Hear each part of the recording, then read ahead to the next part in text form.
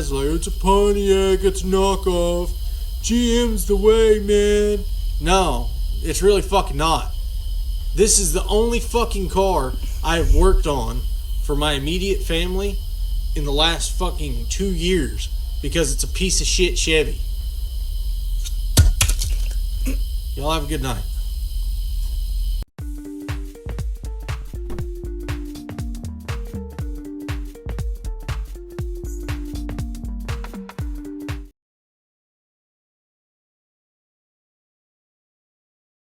Hello everyone and welcome back to another episode of Parts Talk. Thank you for joining me. I appreciate each and every one of you. My channel is one of the only channels that takes you beyond the sales department consistently to try to open your eyes to ensure that you know what goes on beyond the sales department. So we talk a little bit about car sales, but also more importantly parts and service. I have 2 videos for you today. Hope you'll enjoy them. Let's begin. In our first story, Ford has been ordered to pay a gigantic $1.7 billion settlement by a jury in Georgia with regards to an old case from 2014 where a couple lost their lives in a pickup truck crash. Georgia couple Melvin and Vonsil Hill, seen in the photo here, was killed in April of 2014 when their 2002 Ford F-250 truck rolled over. The couple's children, Kim and Adam Hill, sued Ford claiming that the roofs on their pickup trucks were dangerously defective. Of course, Ford will appeal this $1.7 billion verdict, claiming a lack of evidence against their old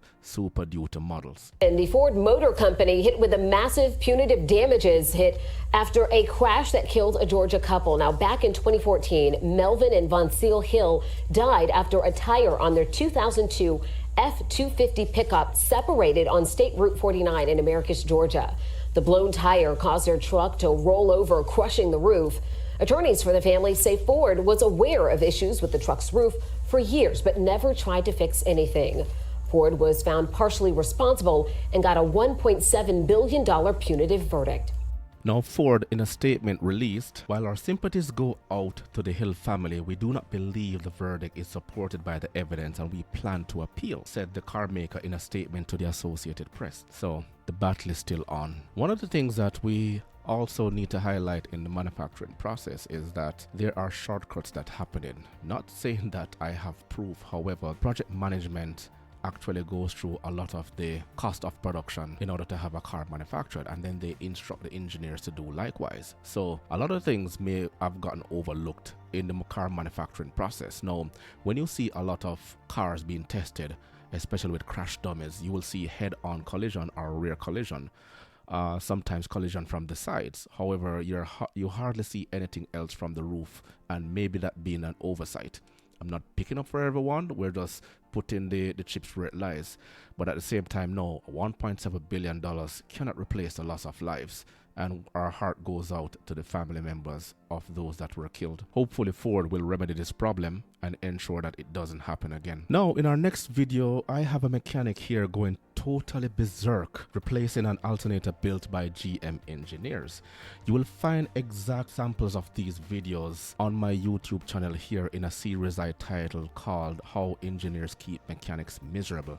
I have over 250 videos and growing because the consistent problem entails. And as all these mechanics that I've posted have been showing time and time again how long and how frustrating a task it is to get the work done. There are a lot of mechanics out there who are far more experienced and they will throw jabs at some of the mechanics who are doing these stuffs. I've seen the comments and I can tell you some are hilarious, some want to help, but at the same time, no, let's try to be encouraging those that are doing the job to ensure that they're keeping us safe on the roads. Now, let's play this video and then you can tell me what you think.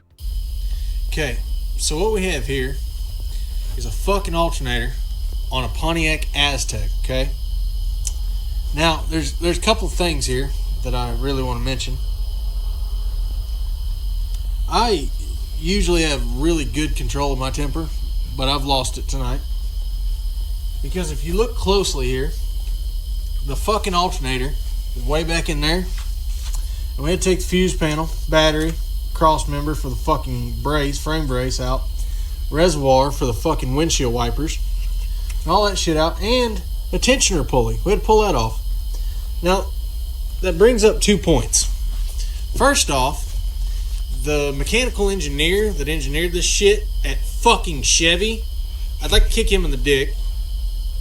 Second off, the other thing is, I'd really like to throw this thing in that scrap pile that's right there next to my shop. But I can't do that because they want a fucking core for this thing because of whatever fucking reason. Oh, that's right, we can't have new, good, used parts.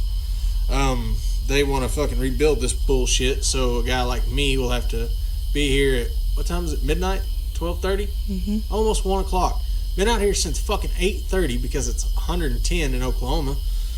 And just now at 1 o'clock we got it out. That's awesome. That's really fucking awesome. And for all you guys talking shit about how I drive Ford and Dodge, just throwing it out there, this is one more fucking example of why.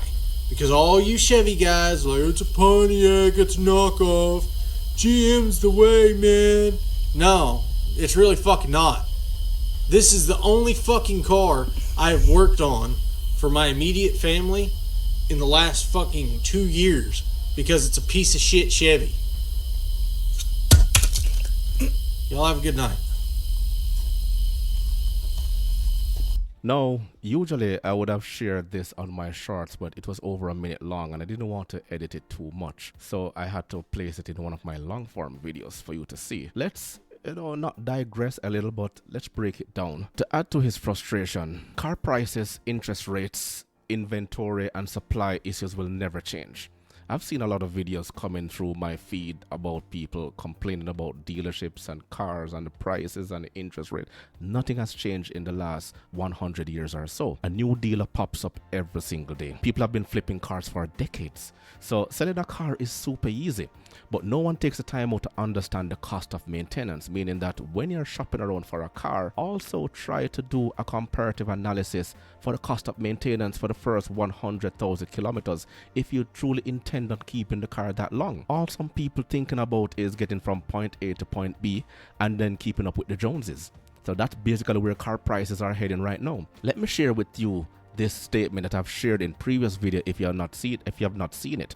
The salesman or the dealer always find a way to collect their commission. It's as simple as that. You can't buy a car for $75,000 and then you turn around and can't afford to pay a mechanic $500 in order to service that car for you. It makes no economical sense. Manufacturers increases prices every single year. The cost of production for new models are always more expensive than that of its previous generation, and that is a fact. Now, dealers are asked to submit sales forecasts every single year. And remember, those sales forecasts are increasing every single year. When you have high demand, you will have high prices. When you have high supply, it increases the competition. It's simple economics. So before the pandemic, dealers were basically begging people to take these cars off their lots because you had so much cars on the market to choose from. The pandemic caused a lot of manufacturers to shut down, hence demand exceeded supply. Now you have people lined up willing to pay over $50,000 for the MSRP, and then they turn around and call dealerships. They're not taking people money. People are willing to give them the money. But anyway, that's just my rant. Again, there's too much information out there for you to be listening to people beating up on dealerships and mechanics and everything else and about the industry. You can do your own research. Go on Google, go on Reddit, go on YouTube, go on Quora.